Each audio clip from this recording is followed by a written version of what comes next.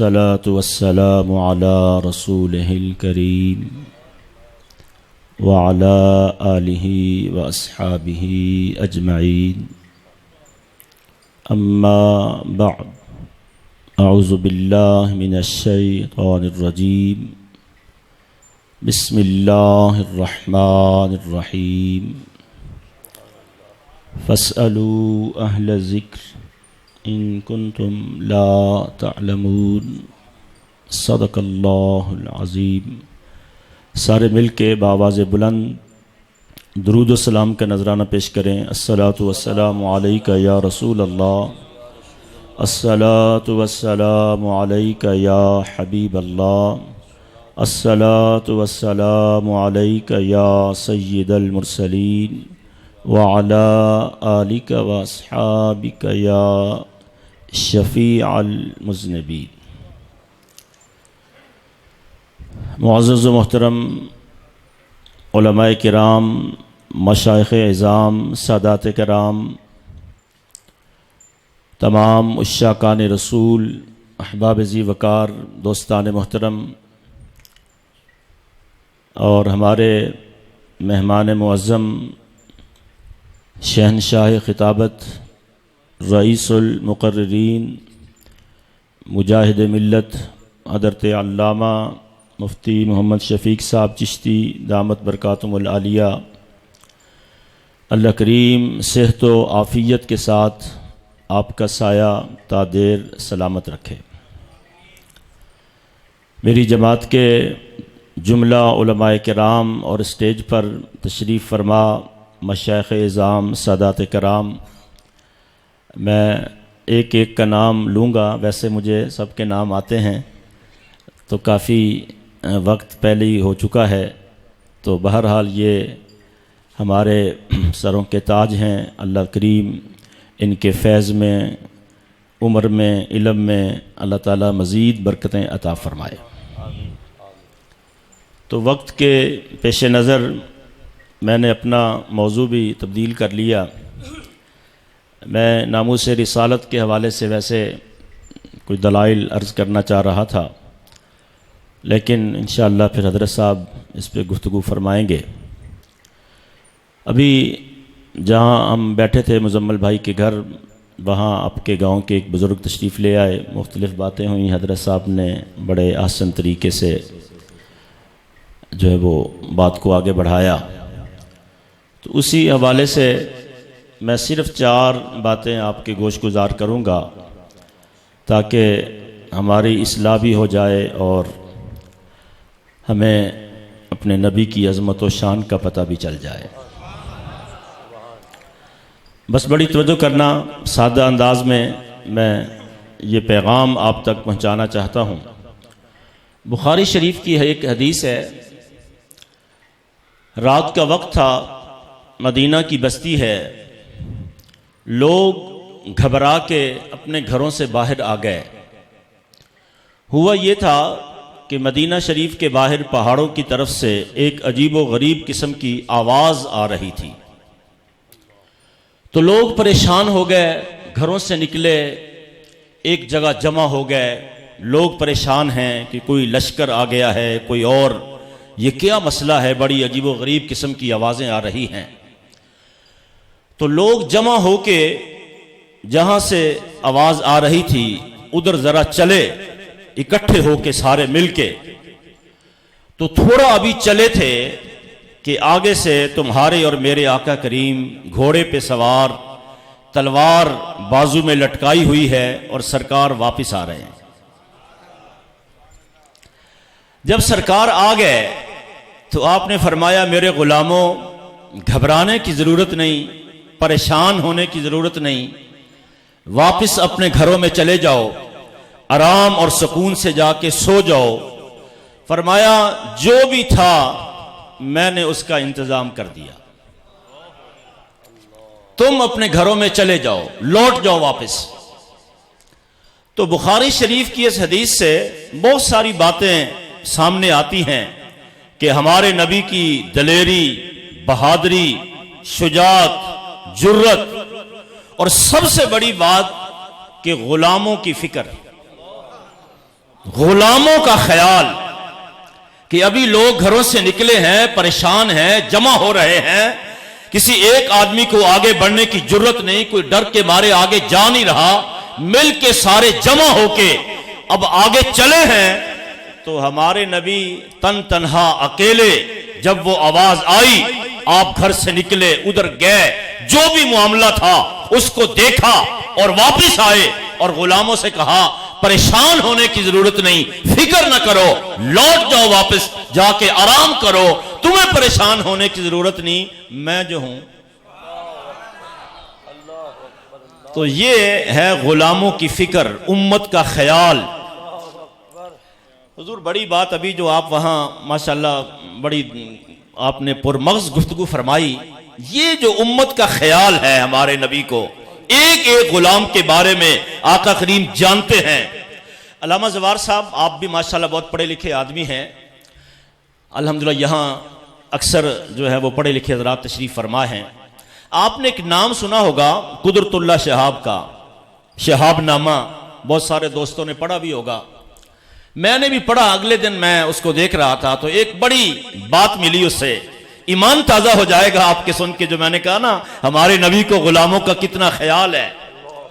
یہ قدرت اللہ شہاب آپ جانتے ہیں بڑے بڑے عہدوں پہ یہ فائز رہا، بڑے بڑے عہدوں پر، صدر ایوب کے دور میں اس کا سیکرٹری بھی رہا۔ تو اس نے شہاب نامے میں لکھا کہ میں اس وقت یہ راولپنڈی میں ڈپٹی کمشنر تھا، یہ کہتا ہے میں اپنے آفس میں بیٹھا تھا، ایک ٹیچر ماسٹر آیا، اس نے کہا میرا نام رحمت الہی ہے، میں پرائمری اسکول میں ٹیچر ہوں، 2 ماہ کے بعد میں ریٹائر ہو رہا ہوں، 3 میری بیٹیاں ہیں، کرائے کے مکان میں رہتا ہوں، مجھے یہ خیال کھائے جا رہا ہے کہ 2 ماہ کے بعد میں ریٹائر ہو جاؤں گا، میرا اپنا گھر نہیں، 3 بیٹیاں ہیں، کیسے ان کی شادی کروں گا، کہاں سے میں مکان بناؤں گا، یہ خیال مجھے کھائے جا رہا ہے۔ اس نے کہا کہ میں روزانہ نبی علیہ السلام کی ذات پہ درود پڑھ کے سوتا ہوں۔ کہا اگلے دن مجھے آقا کریم کی زیارت ہوئی، سرکار کا دیدار ہوا، آپ نے فرمایا میرے غلام رحمت الہی پریشان نہ ہو، تو قدرت اللہ شہاب کے پاس چلا جا، جا کے میرا سلام دے اور میرا پیغام دے، وہ تیری مدد کرے گا۔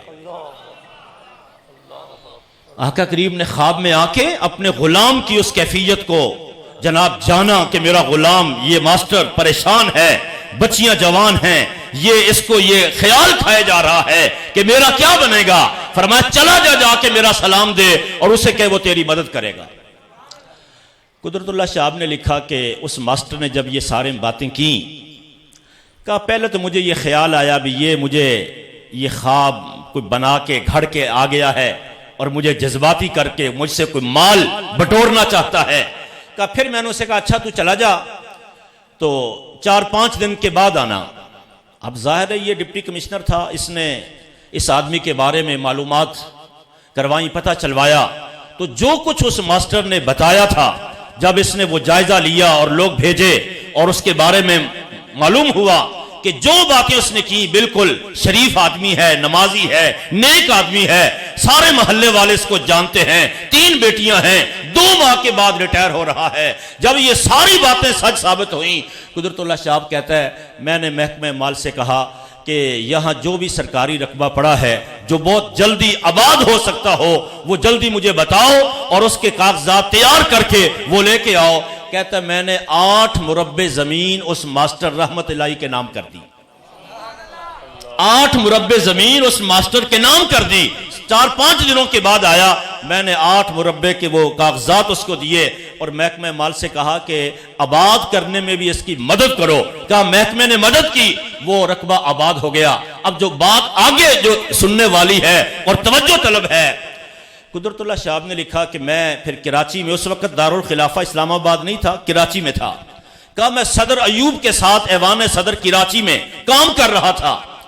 8 سال کے بعد کہتا مجھے اس رحمت ماسٹر رحمت الہی کا ایک لیٹر آیا، میں نے اس کو کھول کے پڑھا۔ قدرت اللہ شہاب کہتا ہے میرے کافی دیر تک میرے جسم پر ایک عجیب قسم کی ایک کیفیت طاری ہو گئی اور میرے آنکھوں سے آنسو جاری ہو گئے۔ کہا میں حیران ہو گیا، 8 سال کے بعد اس ماسٹر رحمت اللہ نے قدرت اللہ صاحب کو لکھا کہ آپ نے مجھ پہ مہربانی کی حضور کے صدقے، آپ نے 8 مربع زمین میرے نام کی، میں نے محنت کی، میں نے اپنی بچیوں کی شادی بھی کر دی، اپنا مکان بھی بنا لیا، اور اسی زمین سے میں نے کچھ اور رقبہ بھی خرید لیا، اب وہ بھی میرے پاس ہے، اب میرے حالات اچھے ہیں، مجھے اس زمین کی ضرورت نہیں، یہ 8 مربع زمین کے کاغذات میں آپ کو واپس بھیج رہا ہوں تاکہ کسی اور مسلمان کے کام آ جائے۔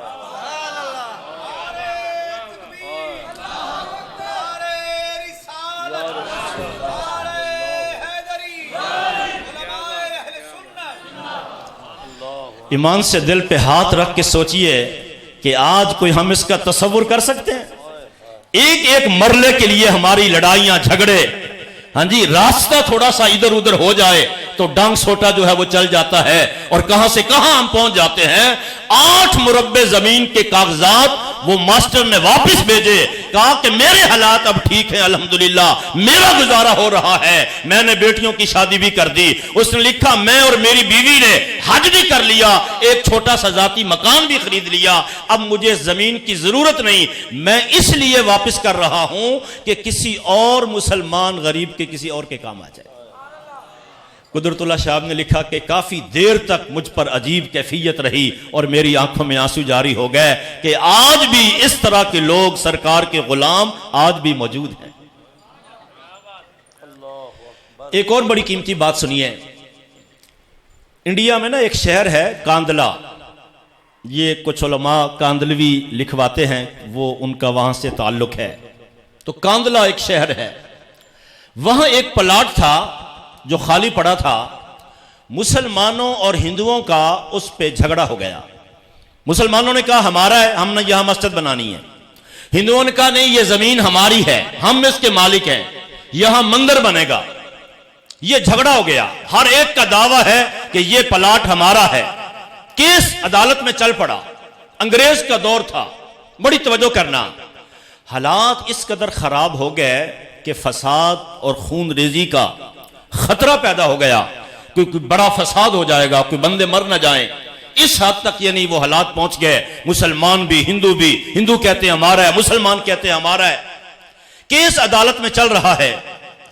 ہندوؤں نے انگریز جج سے کہا کہ جی فلاں مسلمان عالم دین کو آپ بلا لیں، وہ مسلمان عالم دین جو اس پلاٹ کے بارے میں، زمین کے بارے میں کہہ دے کہ یہ کس کا ہے، آپ اس کو دے دیں۔ ہندوؤں نے انگریز جج سے کہا، پھر توجہ کیجئے گا، کہ فلاں مسلمان عالم دین کو بلا لیں اور اس زمین کے بارے میں، پلاٹ کے بارے میں پوچھ لیں، وہ کہے مسلمانوں کا ہے آپ مسلمانوں کو دے دیں، وہ کہے بھی ہمارا ہے تو پھر ہمیں دے دیں۔ اب مسلمان بھی خوش ہو گئے، بھی چلو کوئی جو بھی عالم ہوگا مسلمان ہے نا تو وہ ہماری بات ہی کرے گا، اس نے مسلمانوں کی بات ہی کرنی ہے تو وہ ہمارے بارے میں کہے گا کہ یہ مسلمانوں کا ہے، تو بہت اچھا ہو گیا۔ تو اس انگریز جج نے اس مسلمان عالم کو بلایا، اب مسلمان بھی عدالت میں آئے ہیں، ہندو بھی آئے کھڑے ہیں، باہر جناب لوگوں کا جمع غفیر ہے۔ اس مسلمان عالم دین نے آ کے عدالت میں یہ کہا کہ میری معلومات کے مطابق مجھے جو اتنا عرصہ یہاں ہو گیا اور یہاں کے حالات و واقعات کا جو میں جانتا ہوں، تو اس نے کہا میری معلومات کے مطابق یہ جگہ ہندوؤں کی ہے، یہ پلاٹ جو ہے یہ ہندوؤں کا ہے۔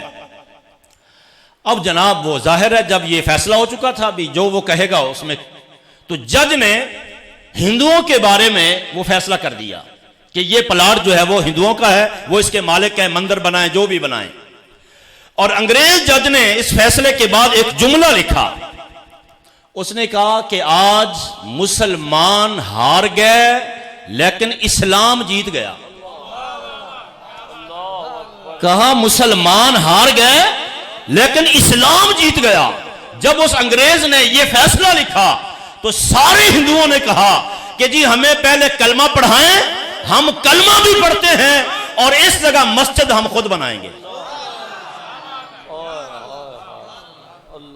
یہ تھے مسلمان، یہ تھے حضور کے غلام کہ جو حق اور سچ کی بات کرتے تھے، جو حق اور سچ ہوتا وہ بولتے۔ تو پھر آپ نے دیکھا کہ حق اور سچ کی بات کی تو کتنے لوگوں نے کلمہ پڑھ لیا، کتنے لوگ مسلمان بن گئے، حضور کی غلامی میں آ گئے۔ اللہ اکبر۔ حضرت فاروق اعظم رضی اللہ تعالیٰ عنہ، بس آخری دو باتیں ہیں۔ تو ایران کا شہزادہ گرفتار ہو کے آپ کے پاس لایا گیا۔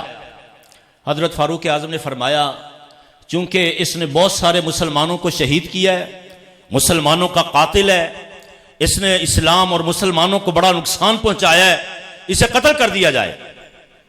توجہ کا نظر بات پہ کہا اس نے چونکہ گواہوں کی ضرورت نہیں، یہ مشہور ہے، اس نے بہت مسلمانوں کو مارا ہے، قتل کر دیا جائے کہ صاحب بس مار دیا جائے۔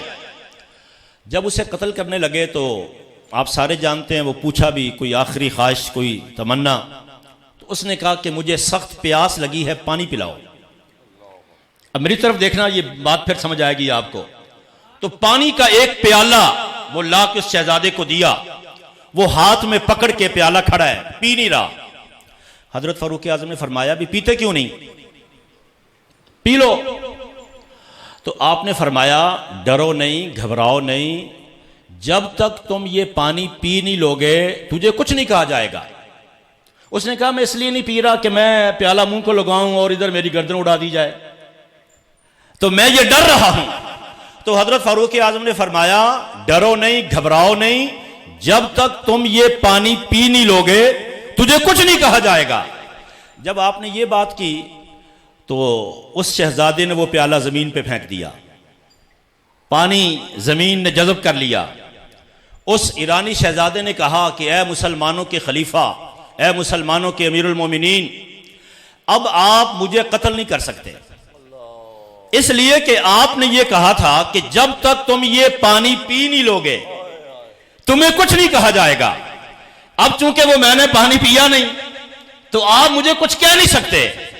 تو حضرت فاروق اعظم نے فرمایا بالکل بات جو تو نے کی ہے وہ بالکل ٹھیک ہے کہ میں نے یہ بات کی تھی، میں اپنے وعدے پر قائم ہوں، اب تجھے کچھ نہیں کہتے، میں اپنے وعدے پہ قائم ہوں۔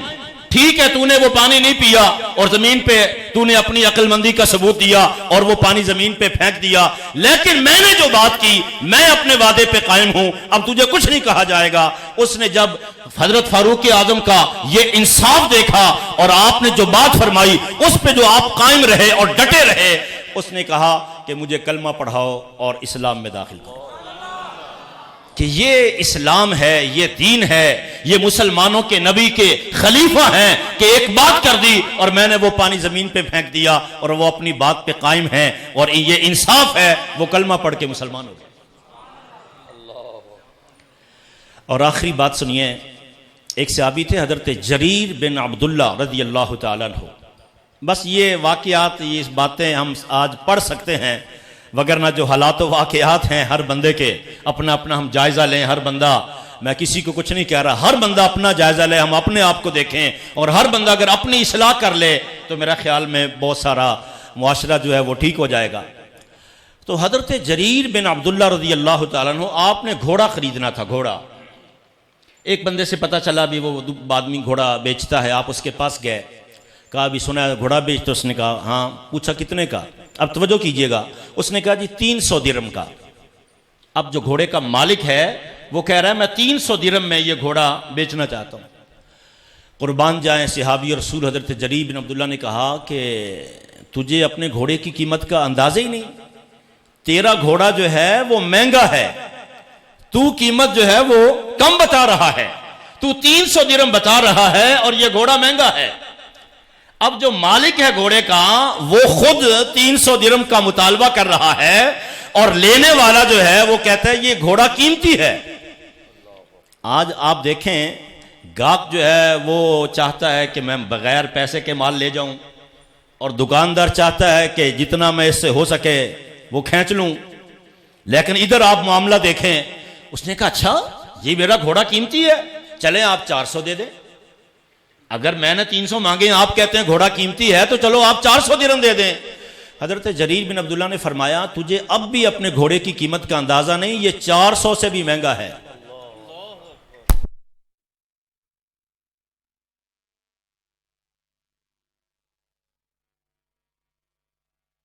حضرت جریر بن عبداللہ کہتے ہیں جب سے میں نے کلمہ پڑھا تا دم آخر، کہتے ہیں کہ میری نظر جب بھی سرکار کے چہرے پر پڑی میں نے حضور کو مسکراتے ہوئے دیکھا۔ جب بھی کہتے ہیں میری نظر پڑی آقا کریم کے چہرے پہ تبسم ہوتا، مسکراہٹ ہوتی، دوسرا آدمی دیکھ کے خوش ہو جاتا۔ کہتے ہیں جب بھی کسی وقت جس جگہ بھی نظر پڑی سرکار کے چہرے پہ تبسم ہوتا۔ اس لیے تمہارے اور میرے آقا نے فرمایا جب دو مسلمان آپس میں مصافحہ کریں، لیکن کس طرح؟ دو مسلمان آپس میں مصافحہ کریں، چہرے پہ مسکراہٹ ہو، چہرے پہ تبسم ہو، ہاں جی، اور دل میں ایک دوسرے کے لیے وہ دل سینہ کینے سے پاک ہو۔ فرمایا جب دو مسلمان اس حالت میں مصافحہ کرتے ہیں ابھی دونوں کے ہاتھ جدا نہیں ہوتے، اللہ دونوں کے گناہ معاف کر دیتا ہے۔ دونوں کے ہاتھ ابھی جدا نہیں ہوتے، اللہ گناہ معاف کر دیتا ہے۔ ایمان سے بتاؤ کتنا آسان نسخہ ہے، کتنا آسان نسخہ ہے، نہ پیسے خرچ ہوتے ہیں نہ زور لگتا ہے۔ کوئی بندہ کہے میں غریب آدمی ہوں میں کیسے عمل کروں، کوئی بندہ کہے میں کمزور ہوں میں کیسے عمل کروں۔ آپ روزانہ کتنے مسلمان ایک دوسرے سے ملتے ہیں، آپ مسکرا کے اس آدمی کے بارے میں اپنا سینہ پاک کر کے اس سے مصافحہ کریں، ہمارے نبی کے فرمان کے مطابق گناہ معاف۔ اس نے کہا اچھا جی چلو آپ 500 دے دیں، آپ نے فرمایا تیرا گھوڑا قیمتی ہے۔ اس نے کہا چلو جی 600 دے دیں آپ، 600 درہم، فرمایا تیرا گھوڑا ابھی بھی قیمتی ہے۔ اس نے کہا چلو جی 700 دے دیں، حضرت جریر بن عبداللہ نے کہا تجھے اندازہ ہی نہیں، تیرا گھوڑا اور قیمتی ہے۔ اس نے کہا چلو پھر آپ 800 دے دیں، آپ نے فرمایا ہاں 800 اس کی قیمت بنتی ہے، 800 درہم اس کی قیمت بنتی ہے۔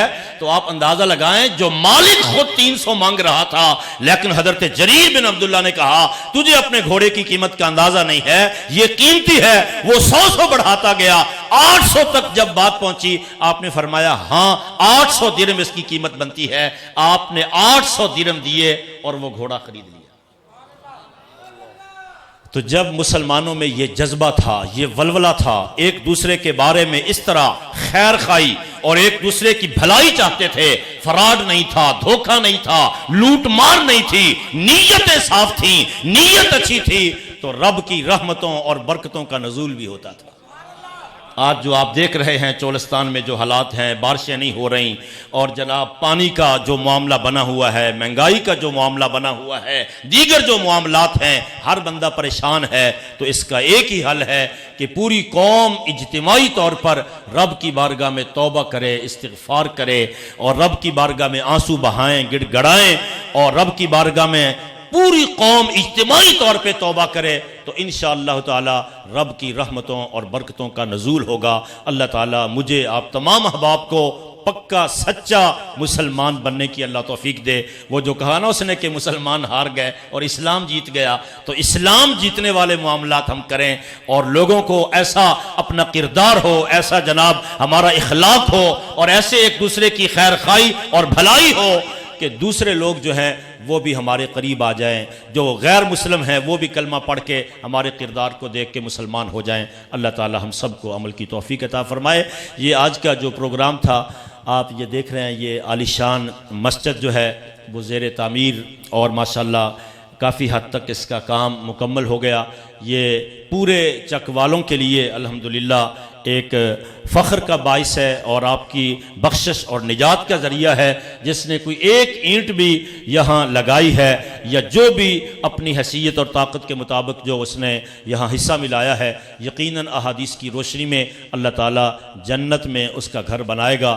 میں دعا کرتا ہوں اللہ کریم جتنے بھی احباب نے کاوش کی ہے اور کوشش کی ہے اور محنت کی ہے اور حصہ ملایا ہے، جس حوالے سے بھی اللہ قبول فرمائے۔ اور پھر ہمارے بھائی اشرف کمال صاحب کہ جو اس پروگرام کا اپنے دوستوں کے ساتھ انہوں نے اس کو ترتیب دیا اور ہم سب دوستوں کو اکٹھا کیا، اور ماشاءاللہ یہاں بھی مسجد اور پھر انہوں نے اپنے ڈیرے پر بھی جو ہے وہ ایک مسجد بنائی ہے۔